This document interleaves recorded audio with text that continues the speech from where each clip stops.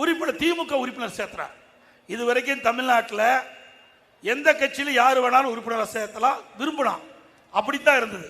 இந்த விருப்பப்பட்டவங்க அந்த கட்சியில் சேர வேண்டும்னா அந்த கட்சியுடைய படிவத்தை வாங்கி பூர்த்தி செஞ்சு கொடுப்பாங்க. ஆனால் திமுக மக்களுடைய செல்வாக்கு இழந்துட்டாங்க.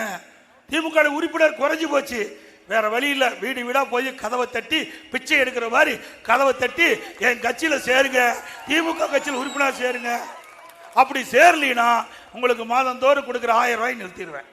முதியோருக்கு 1000 ரூபாய் பென்ஷன் கொடு, அதையும் நிறுத்திடுவேன். அதோட ஏதாவது நலத்திட்ட உதவி பெற்றீங்களா அதுவும் நிறுத்திடுவேன். இப்படி மக்களை மிரட்டி இன்றைக்கு திமுக கட்சி உறுப்பினர் ஆவது வெட்கக்கேடு. ஆக இப்படிப்பட்ட ஒரு கட்சி இருக்குதுன்னா அது தமிழ்நாட்டில் இருக்கிற திமுக கட்சி தான்.